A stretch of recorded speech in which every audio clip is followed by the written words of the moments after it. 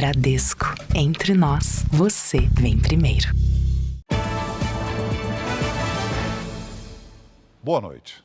Boa noite. Desde o dia 22 deste mês, 307 detentos que receberam o benefício da saída temporária de fim de ano foram presos cometendo novos crimes no estado de São Paulo. Hoje, em 2 ocorrências de roubo a residências, a polícia prendeu 5 pessoas. 2 tinham saído da prisão para passar o feriado prolongado com a família.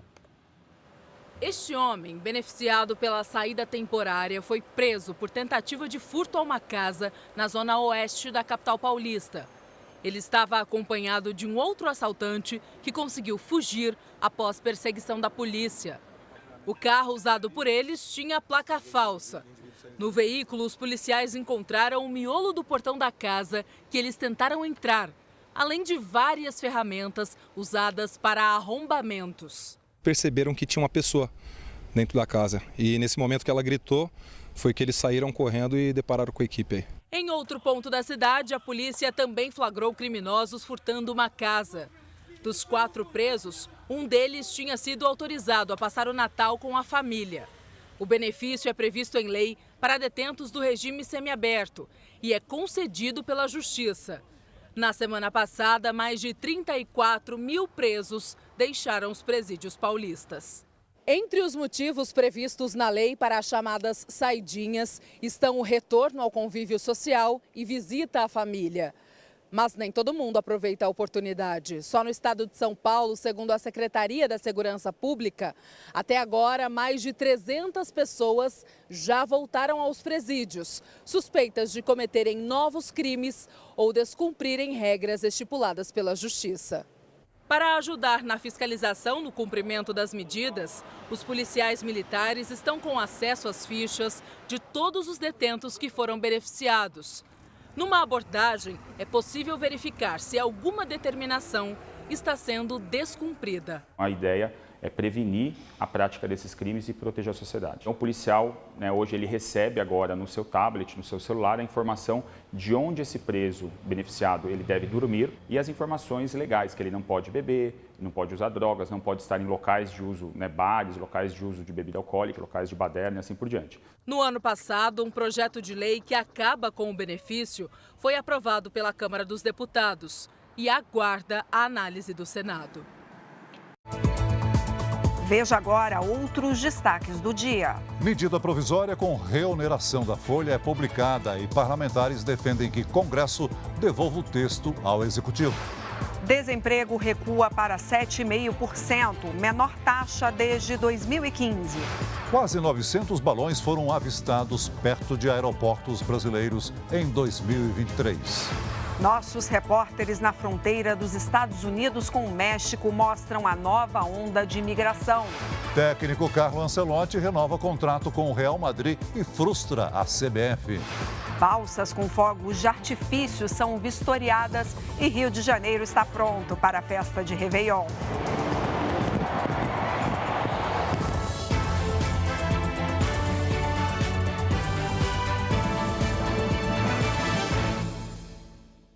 Oferecimento Bradesco. E para você, o que vem primeiro em 2024?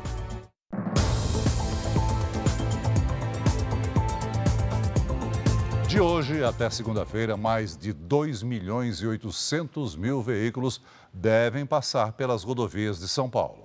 E a revisão preventiva dos automóveis com cuidados básicos pode ajudar a evitar acidentes. Lucas vai viajar com a família de carro para passar a virada do ano em Uberlândia, cidade que fica no Triângulo Mineiro. Saindo de São Paulo, vai percorrer quase 600 quilômetros. A viagem é longa e, por isso, ele decidiu fazer uma revisão completa no veículo.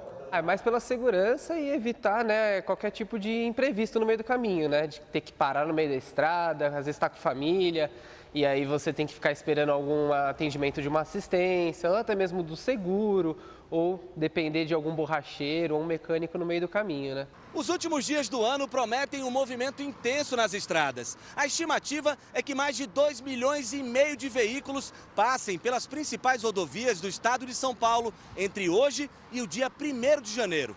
E para garantir uma viagem segura, reduzindo o risco de imprevistos, a revisão preventiva do carro é fundamental.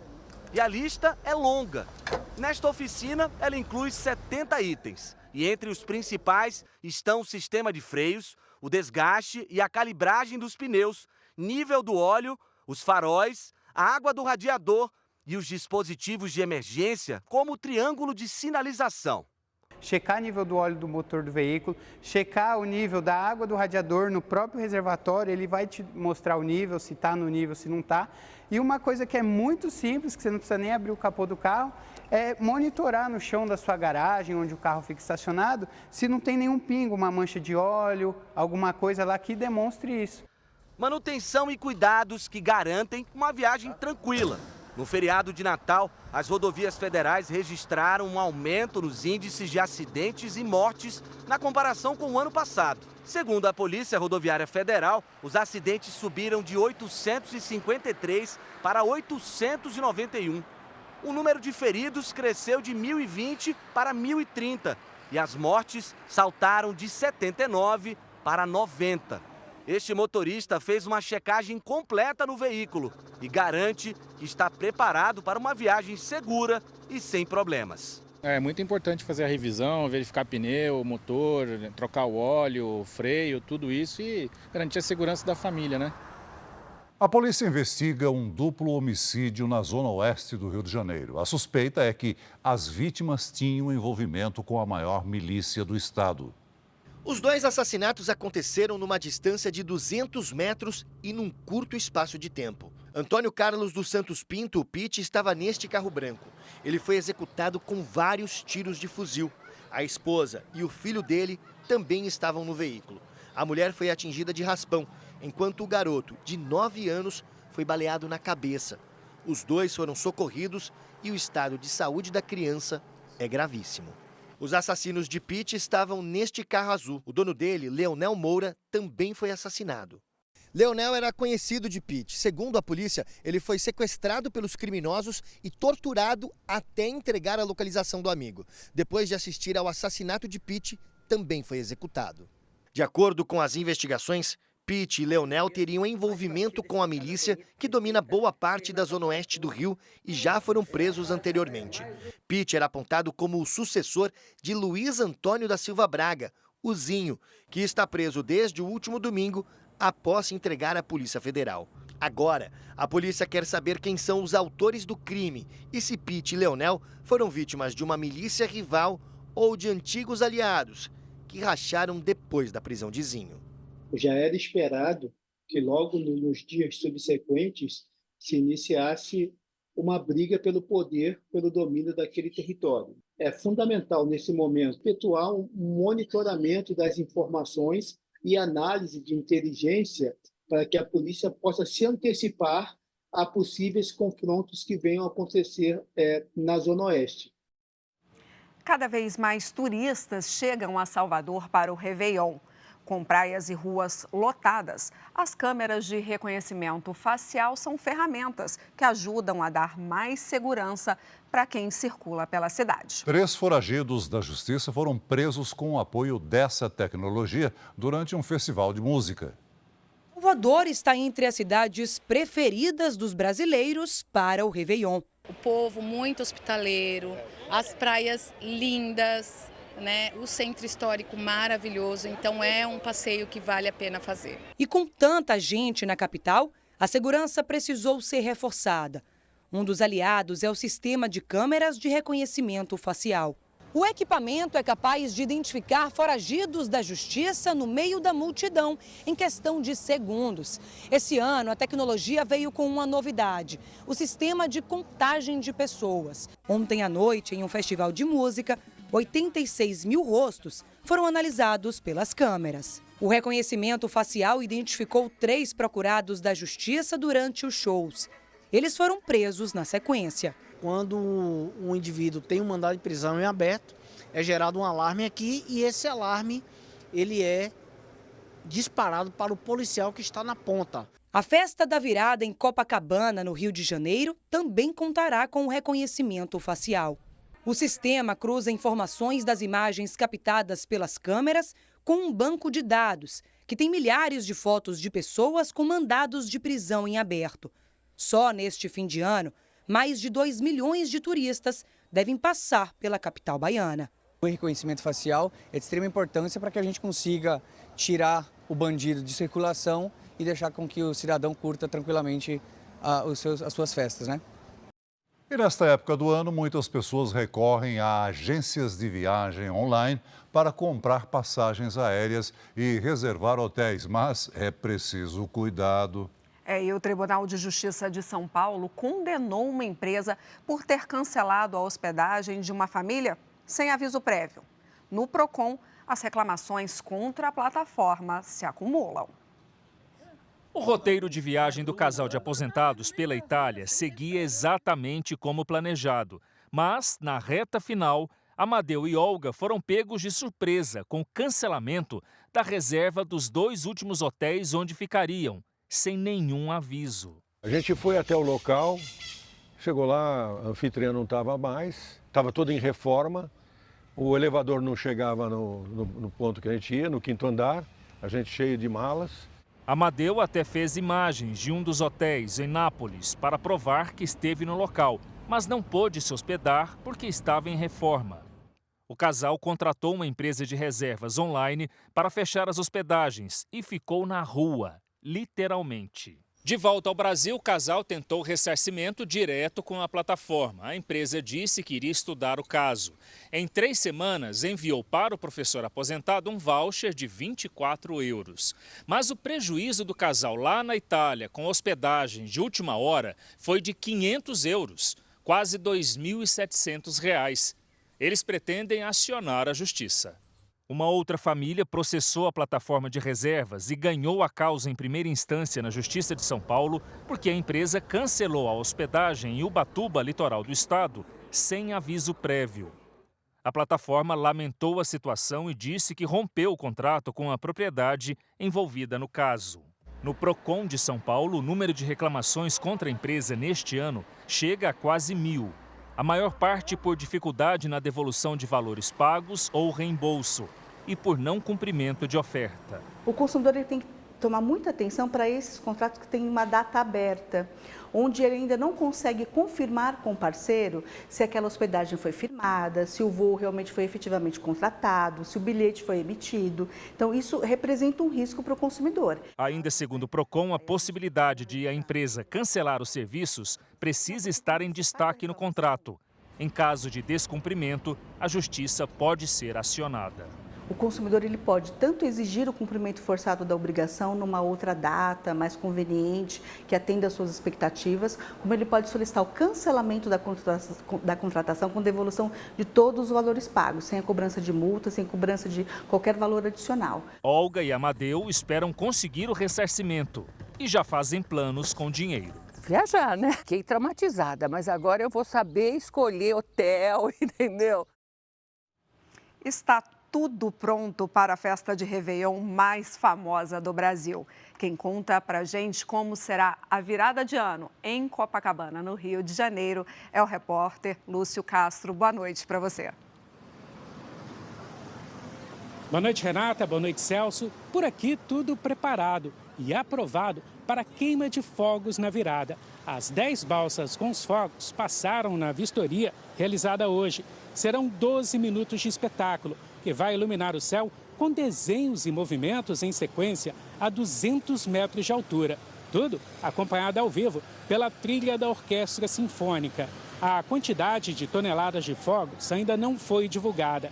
Para animar a festa, 12 palcos foram espalhados pela cidade, com programação a partir das 6 da tarde. A expectativa dos organizadores é de que 2 milhões de pessoas passem a virada do ano em Copacabana. Para garantir a segurança, quase 3.000 policiais militares vão patrulhar a região. O ator Marcos Junqueira, de 35 anos, que participou do filme Tropa de Elite, foi preso suspeito de agredir a ex-mulher no Rio de Janeiro. O ator foi autuado em flagrante com base na Lei Maria da Penha. A defesa de Marcos não foi encontrada. 23 cidades foram afetadas por uma tempestade no interior do Rio Grande do Sul. Árvores foram derrubadas e casas destelhadas. Não há informações de feridos. Mais de 200 mil casas ficaram sem energia elétrica. A Polícia Federal indiciou Fábio Espínola Mota por associação ao tráfico e lavagem de dinheiro. Ele é amigo do influenciador Renato Cariani, que também foi indiciado na mesma operação no começo do mês. Fábio é apontado como negociador no fornecimento de entorpecentes. A defesa dele não se manifestou. Um casal de argentinos morreu num acidente entre duas lanchas hoje à tarde em Morro de São Paulo, na Bahia. 2 pessoas ficaram feridas e uma mulher está desaparecida. De acordo com a polícia, o condutor de uma das embarcações estava bêbado.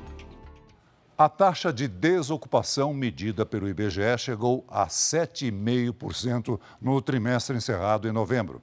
É o menor índice desde fevereiro de 2015. Ainda assim, 8.200.000 pessoas estão desempregadas no país. O salário médio do trabalhador teve alta e passou de R$ 3.000. O principal índice da Bolsa de Valores brasileira fechou o ano com valorização de 22%. É a maior alta desde 2019. E o bom desempenho em 2023 deixou o mercado financeiro otimista para o ano que vem. No começo de 2023, a maioria das projeções era pessimista para a economia brasileira.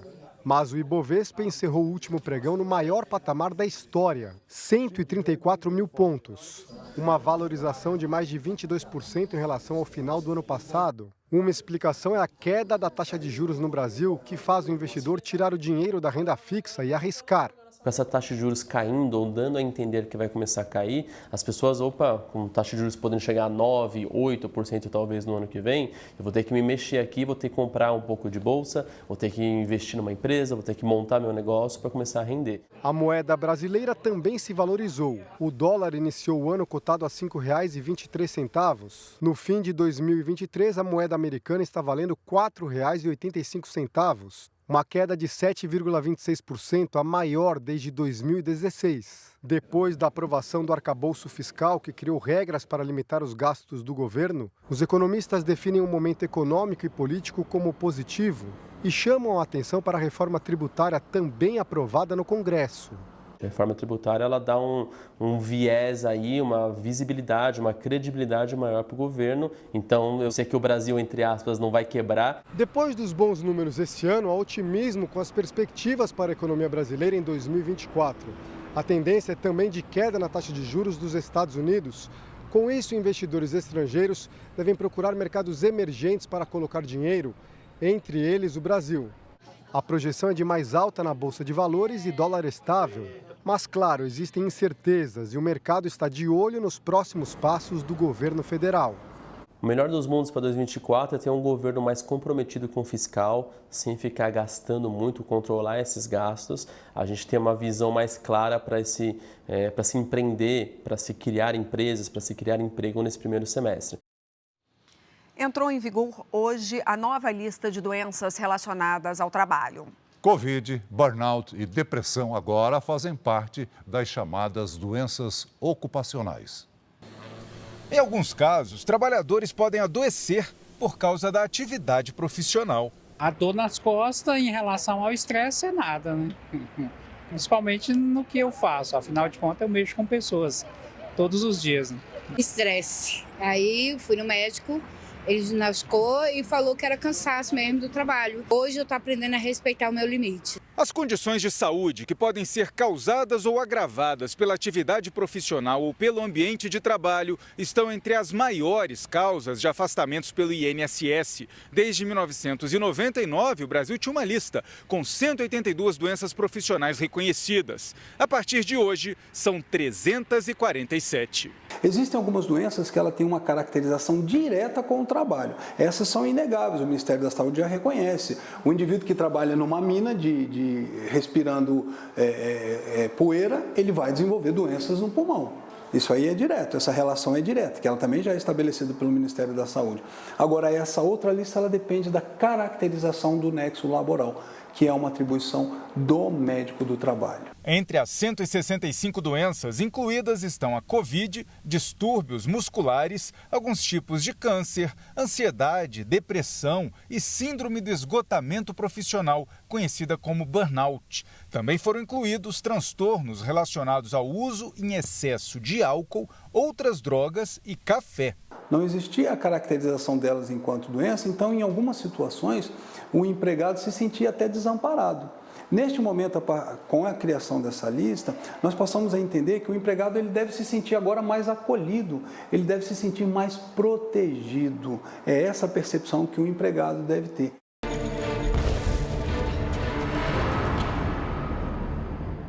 As forças israelenses afirmaram ter encontrado hoje um dos esconderijos do líder do Hamas na faixa de Gaza. De acordo com o exército, o apartamento do norte do território palestino pertence a Yahya Sinwar, principal líder do grupo terrorista. No local foi encontrada uma passagem subterrânea de 20 metros de profundidade que dava acesso a um túnel ainda maior. O local foi destruído. A operação terrestre também ocorre na região sul de Gaza, principalmente em Khan Yunis. Essas imagens mostram palestinos subindo num caminhão que carregava ajuda humanitária. Parte do material foi saqueado. Em outra região, funcionários da ONU acusaram Israel de atacar um comboio que também carregava ajuda humanitária. As Forças Armadas de Israel disseram que apuram o caso. No norte de Israel, o exército fez uma série de ataques contra o grupo Hezbollah, perto da fronteira com o Líbano. No Iêmen, milhares de pessoas foram às ruas numa manifestação pró-Palestina.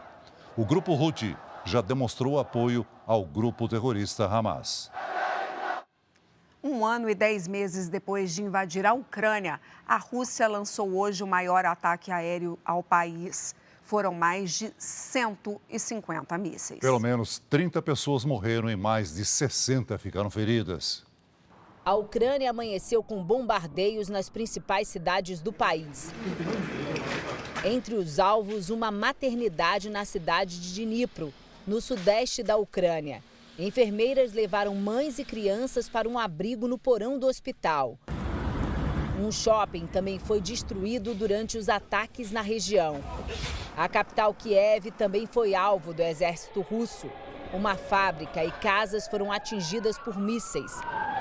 Por todo o país, bombeiros trabalharam no combate às chamas e no resgate das vítimas.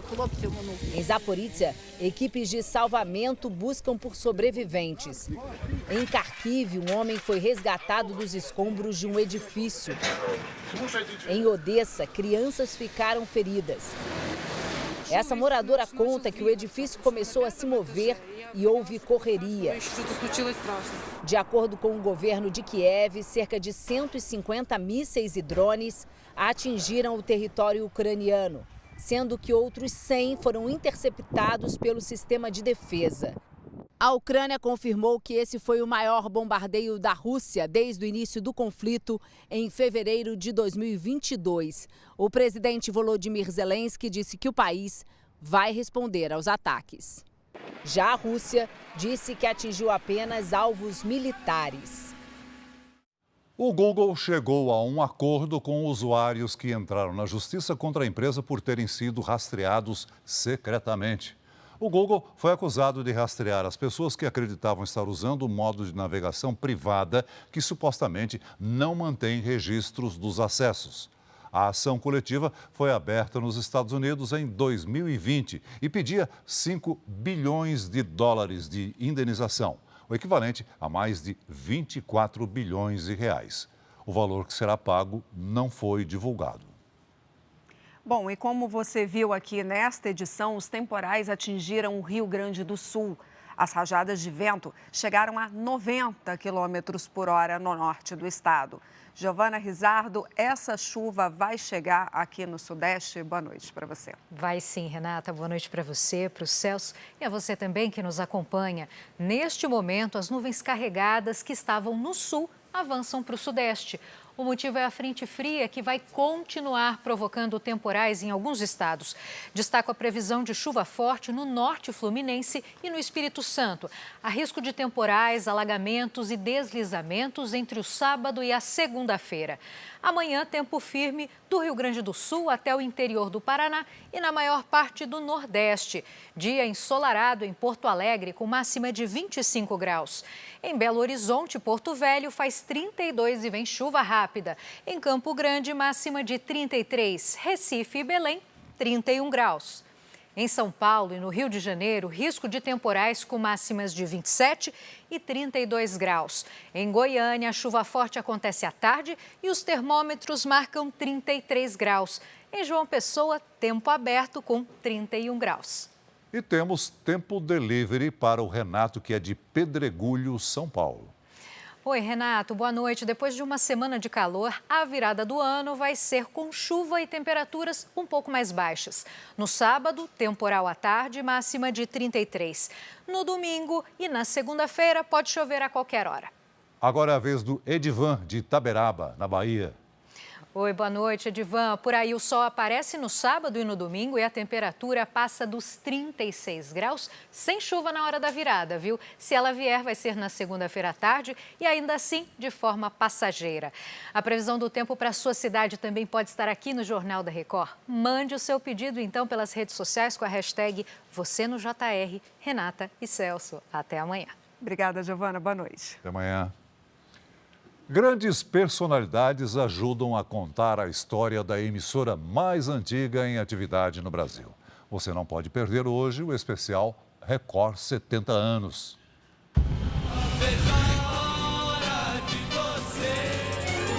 No passado em preto e branco, as cores em alta definição do presente. Não desgruda da tela. Os festivais. Braço firme, braço forte. O humor. Esse aqui que vai jogar? É. Infelizmente não vai dar. O jornalismo. A nossa função é provocar reflexão. Os programas de auditório. Emoções vividas por todo o Brasil. As memórias de personalidades que marcaram essa jornada de sucesso nos ajudam a contar essa história. 70 anos, olha que legal. Televisão é cultura. Especial Record 70 anos. Juntinho aos 70 anos da Record. Hoje, 15 para as 11 da noite. Já disponível no Play Plus. Poxa vida, agora vamos arrumar maquiagem. E veja a seguir, 3.000 caixas de cigarros são apreendidas em alto mar. Soltar balões é crime, mas eles continuam sendo uma ameaça nos céus, principalmente perto de aeroportos. Medida provisória com reoneração da folha é publicada e parlamentares defendem que o texto seja devolvido ao Executivo.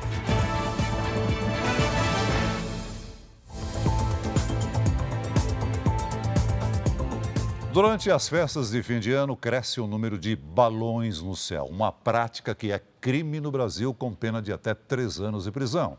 Em 2023, mais de 70 balões foram avistados por mês perto de aeroportos em todo o país. O balão com mais de 15 metros de altura foi caindo lentamente sobre esta refinaria de níquel e cobalto em Guarulhos, na Grande São Paulo. A faixa que era transportada por ele se enroscou em um equipamento da indústria. Equipes da empresa conseguiram segurar o balão e esvaziá-lo. As imagens feitas pelo helicóptero da Record mostram que não houve consequências graves. A refinaria fica a 8 quilômetros do aeroporto de Guarulhos e o balão não ofereceu risco à navegação aérea. Mas nem sempre é assim. Só este ano, segundo a concessionária que administra o Aeroporto Internacional de São Paulo, aqui em Guarulhos, 25 balões caíram no chamado sítio aeroportuário do aeroporto, que inclui as pistas e as áreas de movimentação de passageiros. Mas uma pesquisa do Centro de Investigação e Prevenção de Acidentes Aeronáuticos, CENIPA, mostra que em 2023 passou de 70 o número de avistamentos mensais de balões em aeroportos de todo o país. Foram 891 registros durante o ano, o que dá uma média de quase 75 por mês. Em maio, por exemplo, no intervalo de uma semana, 2 balões caíram no aeroporto Santos Dumont, no Rio de Janeiro. O pior é que nem sempre o perigo que vem do céu é visível. O balão está escondido dentro de uma dessas nuvens e você não consegue desviar dele. Esse balão pode ser chupado por uma turbina, tem que retornar imediatamente para pouso, porque ele não pode prosseguir com um motor só. Quem pensa em festejar a chegada do Ano Novo soltando balões, é melhor mudar de ideia, porque estará cometendo um crime com pena de 1 a 3 anos de prisão e multa de até R$10 mil. É preciso realmente uma consciência do perigo que é estar soltando balões, e nós precisamos erradicar esse mal da nossa cultura. Nós estamos falando de crime. No Pará, uma ação conjunta da Polícia Federal e da Marinha interceptou um barco com milhares de maços de cigarro contrabandeados. 4 tripulantes foram presos. A abordagem da Polícia Federal e da Marinha é rápida. Assim que o barco com a mercadoria ilegal é identificado, os agentes se aproximam e impedem que a embarcação siga a viagem. Lá dentro, foram encontradas cerca de 3.000 caixas de cigarro. Ao todo, são 500 mil maços. A apreensão foi feita ainda em alto mar, a 30 quilômetros do arquipélago do Marajó, no Pará. Os cigarros apreendidos não possuem o selo da Agência Nacional de Vigilância Sanitária, a Anvisa. Por isso, são ilegais no Brasil. Os contrabandistas usam os rios da Amazônia e uma longa rota internacional para fugir da fiscalização. Segundo a Polícia Federal, a mercadoria geralmente sai do Paraguai, segue para o Suriname e Caribe e de barco vem para o norte e nordeste do Brasil. A gente vai agora aprofundar as investigações, tentar descobrir quem é o dono real aí da embarcação, né? Quem está por trás desse financiamento. E a mercadoria vai ser levada para a Receita Federal para que fique lá à disposição da Receita, que vai fazer toda a contagem do material, estimativa de preço e os tributos que foram eligidos ali e a ilegalidade da mercadoria também. 4 tripulantes foram presos e devem ser autuados por contrabando. A pena vai de 2 a 5 anos de prisão. A embarcação apresentou 2 títulos de inscrição, nenhum dos 2 batem com os registros que a gente tem na Capitania dos Portos, mas isso está sendo verificado mais a fundo para poder posteriormente atestar uma falsidade de documentos.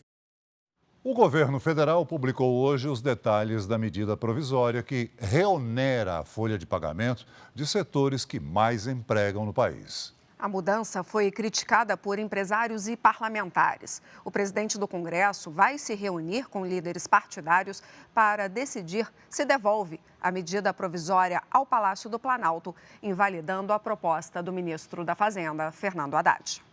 O texto elaborado pelo Ministério da Fazenda foi publicado hoje no Diário Oficial da União, mas as medidas só começam a valer em 1º de abril. Até lá, ficará em vigor a desoneração promulgada pelo Congresso, que permite aos 17 setores que mais empregam pagar alíquotas de 1 a 4,5% sobre a receita bruta, em vez de 20% sobre a folha de pagamento. A nova medida revoga esse benefício e separa os setores em 2 grupos. O primeiro grupo, formado por 17 setores, que envolve transporte, tecnologia da informação e comunicação, vai passar a recolher em 2024 10% de contribuição patronal sobre o primeiro salário mínimo do funcionário. O valor aumenta ano a ano, até chegar a 17,5% em 2027. No segundo grupo, composto por 25 setores, entre eles construção civil, indústria têxtil e de calçados, além de edição de livros e revistas, as empresas vão recolher 15% de contribuição patronal sobre o primeiro salário do empregado. A tributação também aumenta anualmente, até alcançar 18,75% em 2027. Nos 2 casos, como a medida vale apenas para o primeiro salário mínimo, se o trabalhador ganhar o equivalente a 5 salários, por exemplo, a alíquota cobrada sobre os outros 4 será de 20%. O texto também exige que as empresas que querem receber o benefício devem se comprometer a não demitir funcionários. A MP precisa ser aprovada pelo Congresso para não perder a validade. Nos bastidores, Arthur Lira, presidente da Câmara dos Deputados, teria ficado irritado com a medida provisória do ministro da Fazenda, Fernando Haddad. Para Lira, a desoneração da folha de pagamento aprovada por ampla maioria por deputados e senadores era um assunto encerrado. Parlamentares também pressionam o presidente do Senado, Rodrigo Pacheco, para que devolva a MP ao Palácio do Planalto.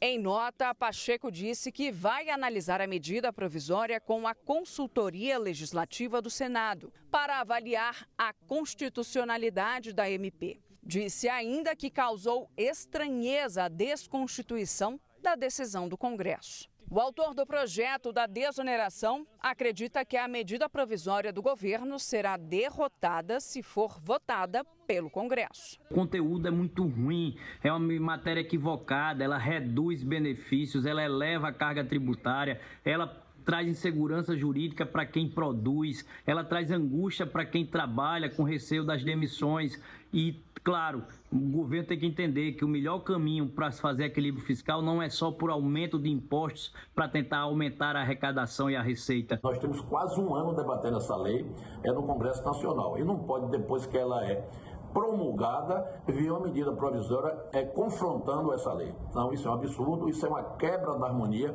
entre o Poder Executivo e o Poder Legislativo. Esta consultora tributária afirma que a nova medida é uma afronta ao Congresso. A gente tem que prezar sempre pelo princípio da segurança jurídica. Então, quando a gente coloca isso de uma certa forma e a gente faz essas viradas de mesa não tão democráticas assim, isso passa uma mensagem muito ruim para a sociedade, não só sobre a desoneração da folha.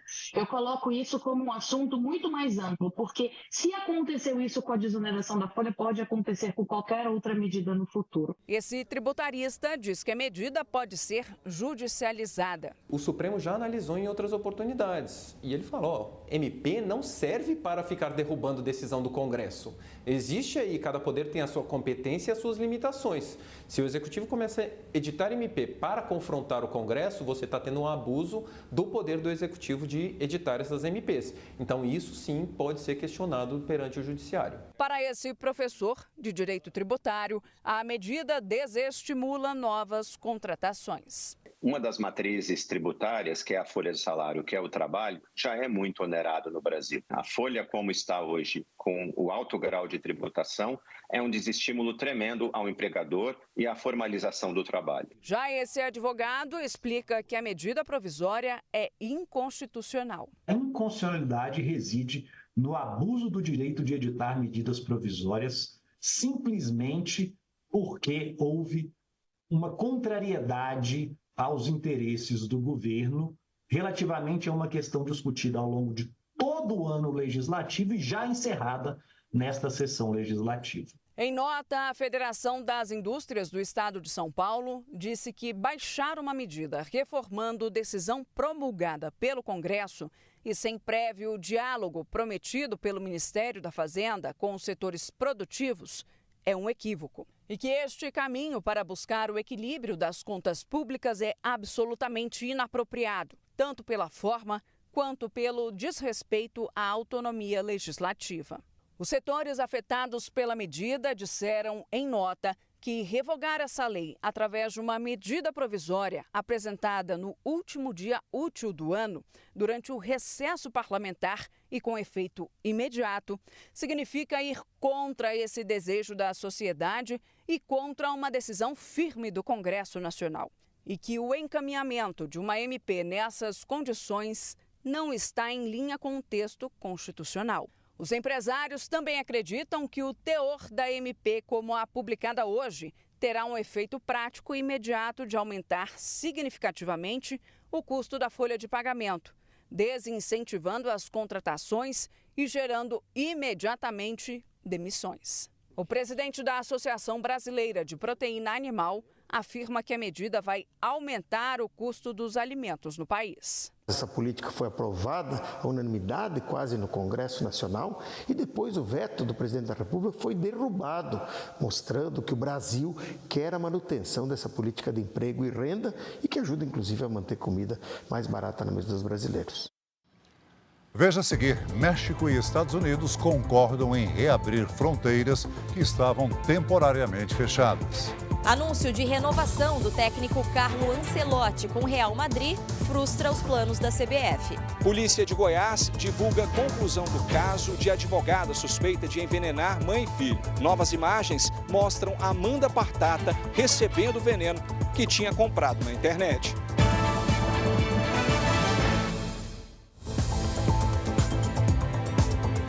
México e Estados Unidos concordaram em reabrir algumas fronteiras legais. Elas haviam sido fechadas temporariamente depois de uma nova onda de imigração ganhar força. E nós vamos ao vivo à fronteira entre os dois países com os enviados especiais do Jornal da Record, Arthur Coimbra e Juliana Rios. Boa noite, Juliana. Onde vocês estão? Boa noite a todos. Nós estamos aqui no estado do Arizona. Eu vou mostrar para vocês que ali atrás de mim, naquela estrutura, já é o México. E para os Estados Unidos, as pessoas que têm visto conseguem entrar aqui em solo americano. E aí o que acontece? Nos últimos dias houve um aumento de pessoas tentando entrar ilegalmente em toda a fronteira. E aí as patrulhas ficaram sobrecarregadas. Por isso, alguns postos tiveram que ser fechados para que os funcionários fossem deslocados para ajudar. E agora existe uma preocupação com a caravana de cerca de 8.000 pessoas que está vindo em direção à fronteira. São venezuelanos, mexicanos, cubanos que fogem da fome, da insegurança e querem tentar entrar nos Estados Unidos. Autoridades dos dois países buscam uma solução. O governo do presidente Biden vem sendo duramente criticado pelo número recorde de imigrantes que cruzam a fronteira ilegalmente. E todos os dias, cerca de 10.000 imigrantes são presos na fronteira entre os dois países. A empresa SpaceX lançou um foguete com um robô secreto das Forças Armadas dos Estados Unidos. O equipamento vai orbitar a Terra e realizar pesquisas ainda não divulgadas pelo governo americano. Javier Milei mandou uma carta aos líderes dos países dos BRICS, informando que a Argentina não vai fazer parte do bloco formado por Brasil, Rússia, Índia, China e África do Sul. No comunicado, Milei disse que o momento não é apropriado. A inclusão da Argentina começaria a valer a partir de 1º de janeiro de 2024. Uma onda de mais de 8 metros de altura arrastou banhistas numa praia da Califórnia, nos Estados Unidos. 8 pessoas ficaram feridas. Meteorologistas alertam para ondas ainda maiores nos próximos dias por causa da ressaca do mar. A Polícia Civil de Goiás encerrou hoje a investigação da morte de 2 pessoas da mesma família que foram envenenadas. Os investigadores também divulgaram a linha do tempo do crime, com os fatos que comprovariam que o crime foi cometido por uma advogada. 16 de dezembro, imagens obtidas pela Polícia Civil mostram a advogada Amanda Partata Mortosa abrindo um pacote dentro do elevador do hotel onde estava hospedada. De acordo com a nota fiscal, dentro da embalagem estava o veneno, um óxido inorgânico altamente letal, usado na indústria e que não teve o nome revelado. É um veneno que não tem uma restrição de venda, até porque é uma substância que não é usada somente como veneno. Então ela comprou pela internet, no CPF dela, no nome dela. No dia seguinte, a Amanda foi gravada comprando os itens do café da manhã e, em seguida, chegando à casa das vítimas. Ela foi recebida com um abraço caloroso, ainda na rua. Nas mãos, os produtos que, segundo a polícia, estariam envenenados. Leonardo Pereira Alves, de 58 anos, e a mãe dele, Luzia Tereza Alves, de 86, começam a passar mal logo após o café da manhã.